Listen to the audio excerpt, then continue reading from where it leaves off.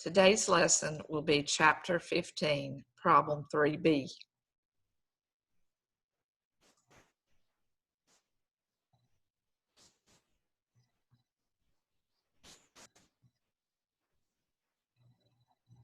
You should be able to see the Excel spreadsheet for Chapter 15, Problem 3B. This particular problem, we're going to be working again with stock investments, but we're going to be discussing the equity method and available for sale securities. So I want to make sure that you go back and you look at the Excel spreadsheet that I prepared for problem 15-2B, because I have some notes on there about available for sale securities and the equity method. So refer back to that one again when you are working on the transactions from problem 15-3B. We're going to be Glacier Products, who is a wholesaler of rock climbing gear. The company began operations on January 1st of year one. The following transactions relate to securities acquired by Glacier Products Incorporated, which has a fiscal year ending on December 31st. In the first transaction in year one, we're going to start with the date of January the 18th. We have bought 9,000 shares of Malmo Incorporated as an investment for sale at $40 per share, and this included the brokerage commission. So unlike the problem that we did in the last problem 15-2B, they didn't give you the brokerage commission separate. It's already included in the purchase price of the number of shares of stock that we bought. The purchase price per share is $40. Now, what was different from last problem and this problem is that these securities are what we term available for sale securities. That really means that they're not really current assets, they're not really long-term assets, they're not really going to be held to maturity. They are held based on what management wants to do with them. And basically, available for sale securities, the only difference in creating the journal entries for an available for sale investment is where the unrealized gain and loss goes on the financial statements. In this particular transaction, we're not talking about any type of unrealized gain or loss that we're looking at. We'll look at that at the end of year one. And so I'll show you where it goes on the financial statements for an available for sale investment. When you buy available for sale shares, you simply multiply the number of shares that you bought times the cost per share. You will debit that to an investment in Malmo Incorporated account. So in this first entry here, we debited the investment in Malmo Incorporated for $360,000, which is 9,000 shares of stock times $40 a share. Investment in Malmo Company is an asset account, so we're increasing the asset by debiting it. We are decreasing the asset cash by crediting it. This is very similar to the purchase journal entries that you did for trading securities. The only difference is trading securities are short-term investments. Available for sale investments can be long or short-term, depending on management's intent. And they really don't tell us what that intent is. So we just go with that.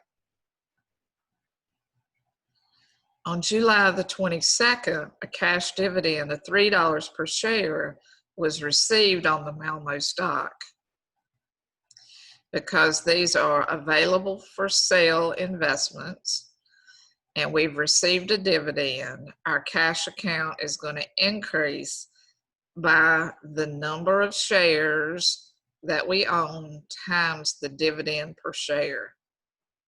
The amount of 27,000 is 9,000 shares of stock that we own times $3 is the dividends per share. That's the cash amount that we would be receiving. The credit will go to dividend revenue for the same amount of $27,000. On October the 5th, we sold 500 shares of Malmo Incorporated stock at $58 per share, less a brokerage commission. So in order for us to find the cash amount, we need to take the number of shares sold times the selling price, and then we're going to subtract out the broker's commission. That will give us an amount of $28,900. We would debit our cash for that amount. I would suggest you figure out the cost of the investment that was sold. We actually sold 500 shares. The stock cost us $40 a share from the January 18th entry. 500 times 40 is $20,000. Once you know what the investment cost you, compare it to what you sold the investment for. The difference between these this time is a gain on the sale of investment. The gain on the sale of investment will increase on the credit side. We're increasing the amount for the difference between the cash we received from the sale and what it cost us. In this case, it was a gain. If the cash we received from the sale was less than the cost of the investment, then we would have recorded a loss, which would have been debited.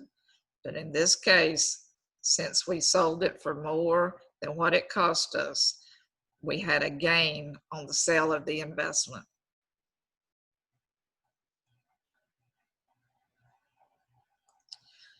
On December the 18th, we have received a regular cash dividend of $3 per share on Malmo stock. So we have to determine the amount of shares of stock that we have now.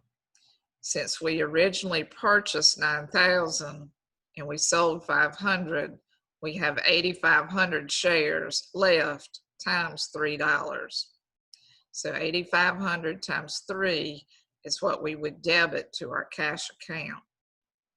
The dividend revenue is also increased for $25,500.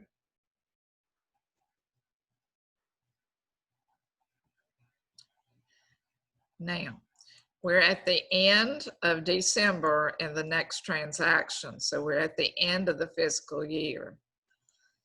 And at the end of the fiscal year, if you have available for sale investments, you have to value them on the balance sheet at their fair market value.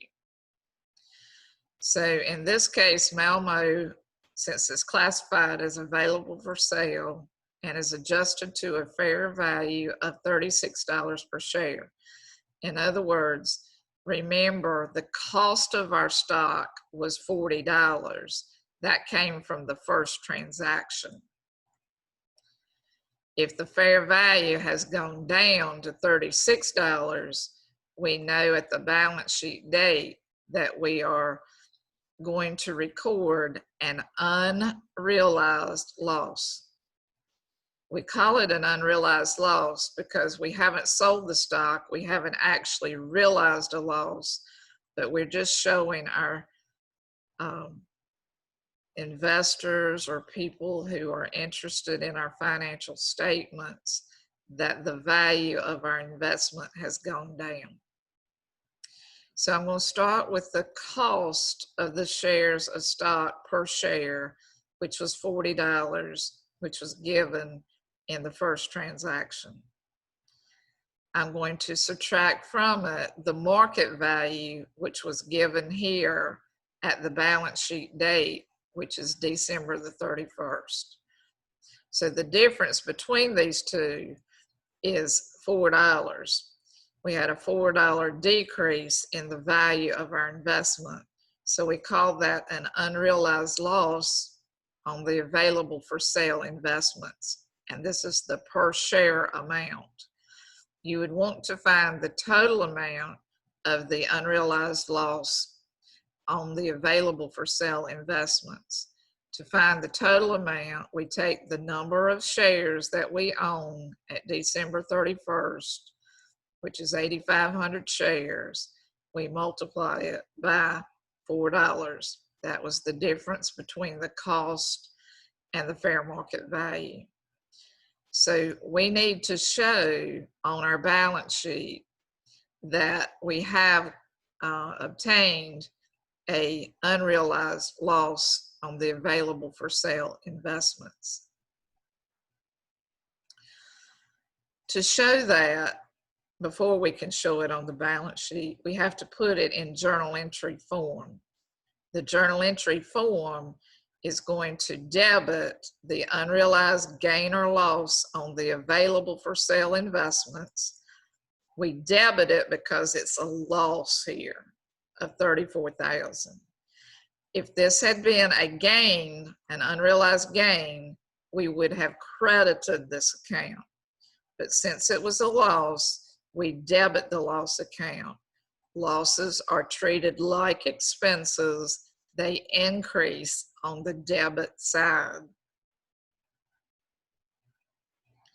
To balance out that loss, we put it in a valuation allowance for available for sale investments. That's the name of the account that we're going to put it in. This valuation allowance would show up on your balance sheet as either an addition or a deduction from the available for sale investments cost. In this case, the valuation allowance is going to show up as a deduction because we had an unrealized loss at the balance sheet date, which just means that the market value of our stock at the balance sheet date was less than the cost of our investments.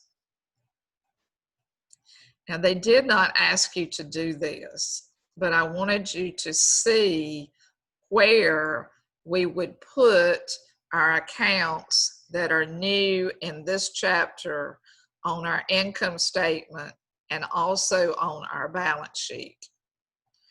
First of all, let's start with the income statement since it would be prepared first. On the income statement, under the category called Other Revenues, Gains, Expenses, and Losses, sometimes it's just simply called Other Items. It's in the Other category because it's not a major form of revenue, gains, expenses, and losses. It doesn't result from our major operations of our business. But we put it in the Other category. In this example, we had dividend revenue. The total amount of dividend revenue for this year was $52,500. I got that by taking the two dividend revenue account transactions. One was on July 22nd, where we credited the dividend revenue for $27,000, and the next entry was $25,500 on December the 18th. The two of those are added together to get the total amount of revenue that we would place on the income statement. because in this year we had a transaction where we actually sold some of our stock at a gain on the sale of the investment, this gain of $8,900 is going to be recorded on our income statement. This is where we would recognize it. The gain on the sale investments is also an other item because it is considered an other gain. The two of these together would be combined together to get total net amount of the other revenue and gain in this case of $61,400. Both of these are positive amounts and would be added together. On your balance sheet for the end of year one, we would need to record our investments. Under our assets section, our current assets, investment and available for sale securities is going to be placed on the balance sheet at 8,500 shares that we own now, times $40 our cost. That's the total cost of our investment. On the adjusting entry that we prepared to bring our available for sale securities up to date, is we had to record that there was an unrealized loss on the available for sale investments. Notice we put that in the account called gain or loss, but technically it's a loss. So what that means is that you will subtract the valuation allowance from it, which the valuation allowance was $34,000. We got that from the December 31st entry here. The difference between the investment and the valuation allowance is the actual market value of the stock at the balance sheet date. We want to show our stockholders the market value of our stock. We still have 8,500 shares, but according to the information from the December 31st transaction, our market value decreased to $36 per share. So when we multiply 8,500 times 36, it will give us 306,000. Or you could have taken the cost and subtracted out the valuation allowance, and it would have also given you the fair market value of the available for sale investments at the balance sheet date. Now, something that is different and you need to note for available for sale securities, our unrealized gain or loss does not go on the income statement. It is recorded as a part of stockholders' equity. And in this case, since there was technically an unrealized loss because our cost was more than our market value at the balance sheet date, this unrealized loss is going to be a decrease in our stockholders' equity. So instead of putting unrealized gains and losses on the income statement like you would with a trading security, if it's an available for sale security, we record unrealized gains or losses under stockholders' equity.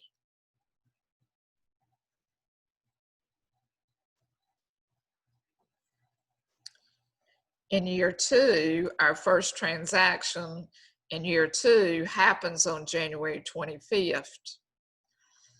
They tell us that we are purchasing an influential interest in Healthy Company for $800,000 by purchasing 75,000 shares directly from the estate of the founder of Healthy.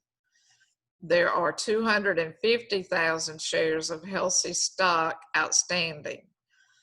What influential interest means is that we've purchased more than 20% of this company's stock, but we've also purchased less than 50% of this company's stock, I can determine that by taking the number of shares that I bought, which was 75,000, and dividing it by 250,000 shares that were available to purchase. If I bought 75,000 and there were only 250,000 available, if you divide that amount, you purchased 30% of a share of stock, and therefore you have 30% of the Healthy Company stock, and therefore you have influential interest in Healthy Company.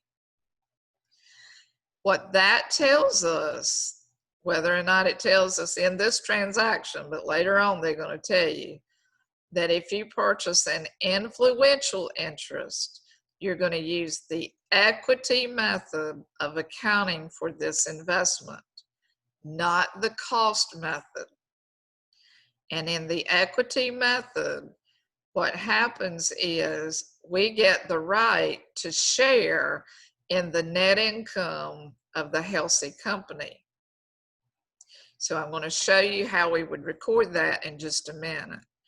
But before we do that, the only thing you have to do for the January 25th entry is you have to debit the investment in Healthy Company stock. You have to debit it for $800,000. Now let me tell you that they told you the amount that they bought of this stock was $800,000. So that $800,000 is a given amount. What this information I put in here was to show you was that we now own 30% of this company. We have influential interest over the Healthy Company, and we have the right to share in the net income of the company. Notice on July the 16th, we received a cash dividend of $3 per share on Malmo stock, not the Healthy Company, but the Malmo stock here.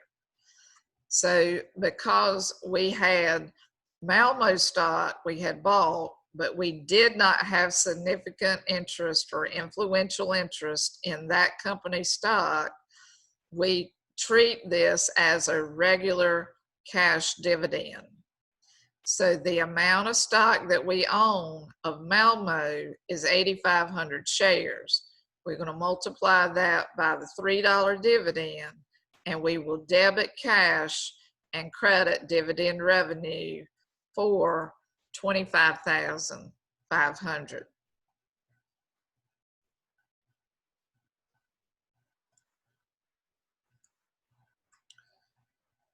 In the next transaction on December the 16th, we received yet another cash dividend of $3 per share and an extra dividend of 20 cents per share on Malmo Company stock. So this would involve us determining the number of shares we own of Malmo stock, which is still 8,500. I believe we started with 9,000, we sold 500 of them, so we're left with 8,500 shares. We're going to multiply it by $3 to get the dividend per share in the first part of this transaction. And then we're going to take that 8,500 and multiply it by 20 cents per share and combine the two together. And that's how we get the total amount of cash that would be added to this company's account. The cash would be increased, so we're debiting it for $27,200. It's the total of both of these transactions added together. The dividend revenue would also be increased in this particular situation. On December the 31st, it says that we have received $38,000 of cash dividends on Healthy Company stock. Remember, Healthy Company was the stock that we bought, and we've got influential interest on that.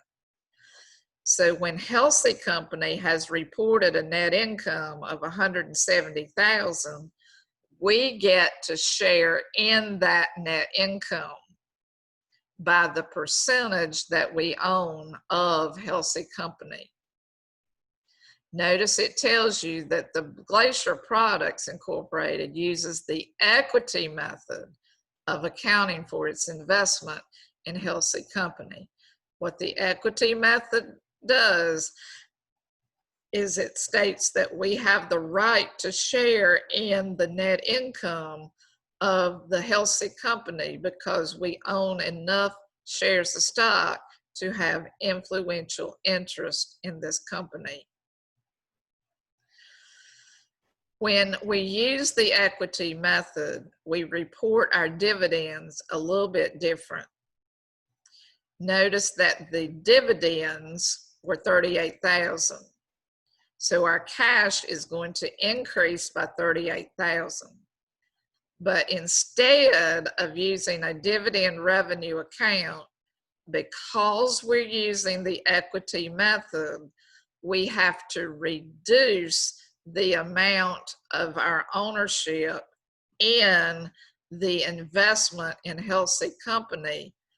Dividends are a distribution of net income. So when you use the equity method and dividends have been declared, they will decrease the investment account by crediting it. So you will not use dividend revenue here because the equity method was involved. The equity method tells us that we have to reduce the asset account, the investment in Healthy Company, by the dividends that were distributed to us. In that same transaction, they also reported net income. So what you will debit for net income is the investment account. It will increase the asset account for the net income amount times the percentage of ownership. The net income was given at $170,000. We would multiply that by the 30% ownership to get $51,000. Our credit would be to a new account that's only found in this chapter, which is called the income of Healthy Company. This is a account that is credited for $51,000 because it is increasing the income of the Healthy Company has gone up because there was net income. It has increased the amount of our investment. So we add it to the investment account and we will credit a revenue account that we call income from Healthy Company at $51,000, which again was the net income times the percent of ownership, which was 30%.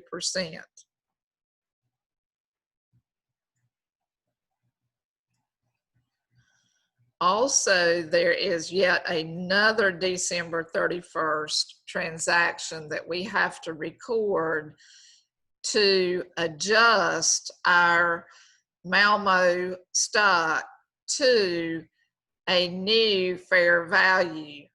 We always adjust our available for sale stocks to the fair value on the balance sheet. So that's going to take some computations that we need to review. First of all, we're talking about Malmo stock, not Healthy Company, but Malmo stock. That was our available for sale type of investment. Malmo stock had a cost of $40.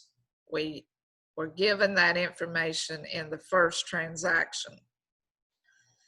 You will remember at the end of year one, on December 31st of year one, the fair market value went down to $36 per share.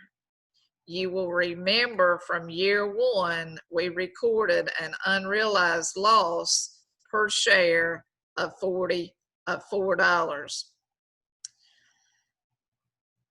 At year two, at the end of the year, our fair market value now has jumped from $36 last year to $44 this year.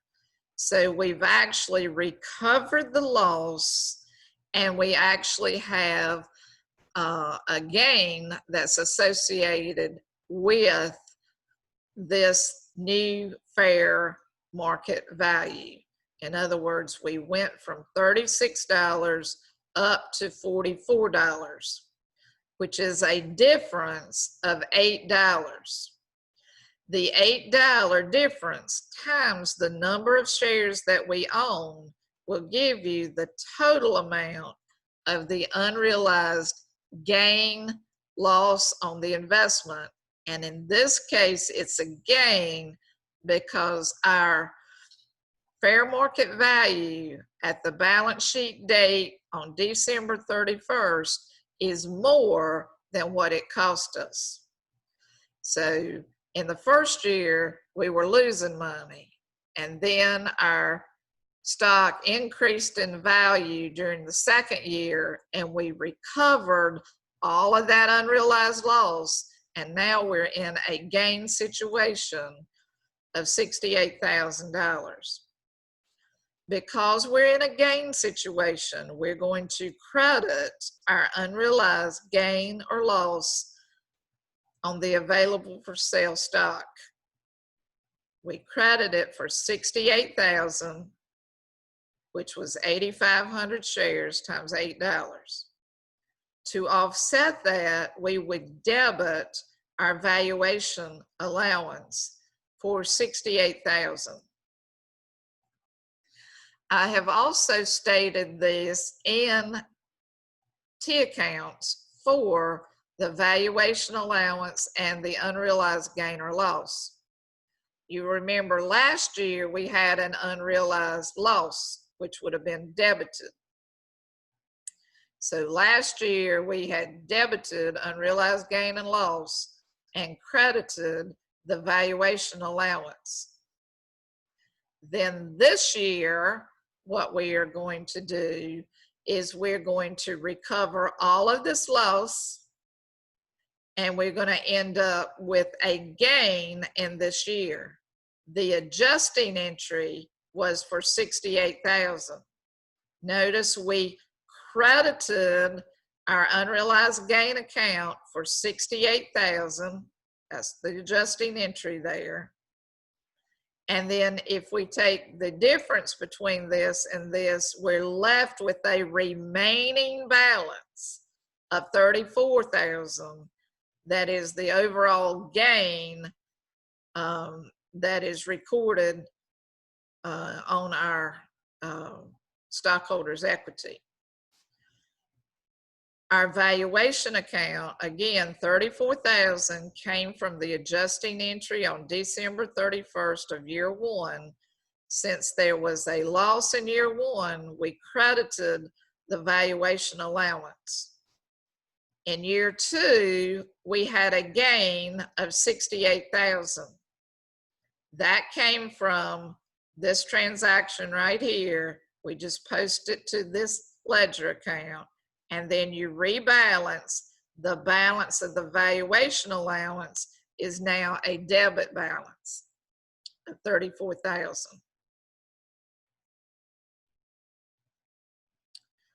On the balance sheet, which they ask you to prepare in the Cengage transactions, on the balance sheet, you're going to record for year two only that we had an investment in the available for sale securities at 8,500 times $40. That's the cost. This time, the ending balance in our valuation for allowance for available for sale was $34,000.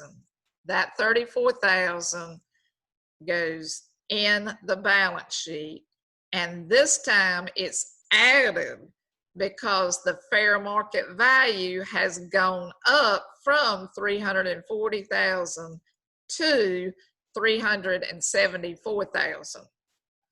So this right here, class, is not needed, but I put it in there just so you could see what I had done to double check these figures. So you don't really need this portion at all, but I just put it in there to show you that I've double checked my figures here, and you can do that too.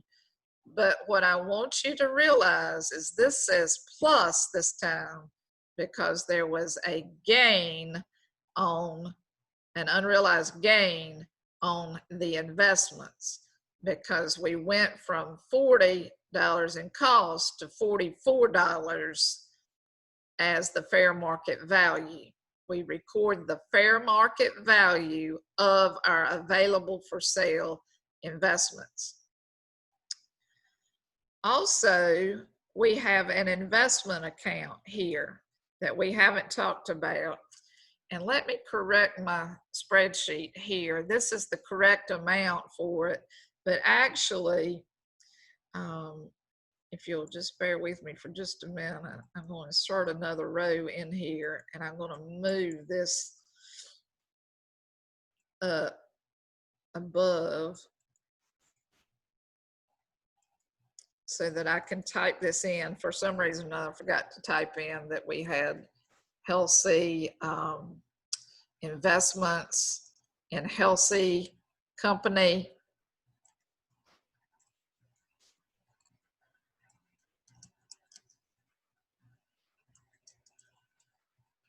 And you'll remember that we bought a significant interest. We had significant influence over healthy company. That's why it's recorded as an investment account here and not as a current asset. Investments is a separate asset section on your balance sheet. So in the investment section, because healthy company, when we invested in it, we gained significant influence on the control of healthy, because we now own between 20 and 50% of the shares of stock of healthy company. We treat this as an investment, and it goes in a different place on your balance sheet. That $813,000 actually comes from the amount of the investment for healthy company.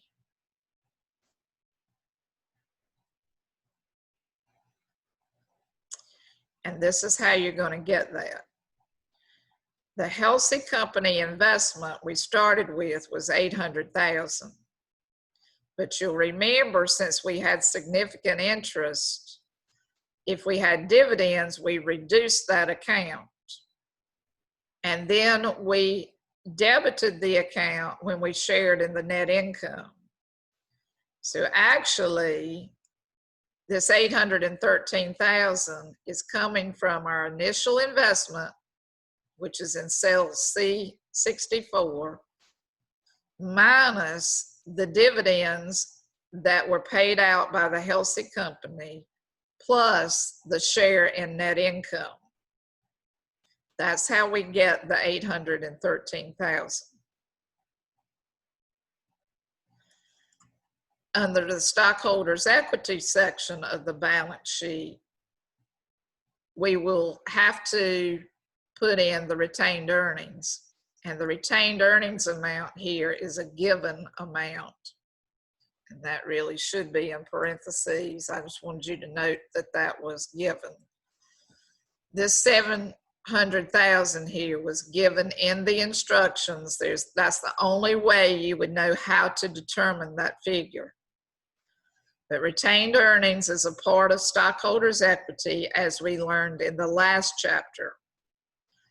We also, because we have available for sale investments, we have to record the unrealized gain or loss on the sale of the investments. And that unrealized gain or loss on the sale of investments was the balance in the T account for the unrealized gain and loss. That $34,000 balance is where we're getting the amount that we would place on the balance sheet. So what you have to remember about available for sale investments is that any unrealized gains or losses are recorded under stockholders' equity. They are not recorded on the income statement. If this had been trading securities that we had bought, not available for sale securities, but trading securities, then we would have recorded them, the unrealized loss, on the income statement in other income.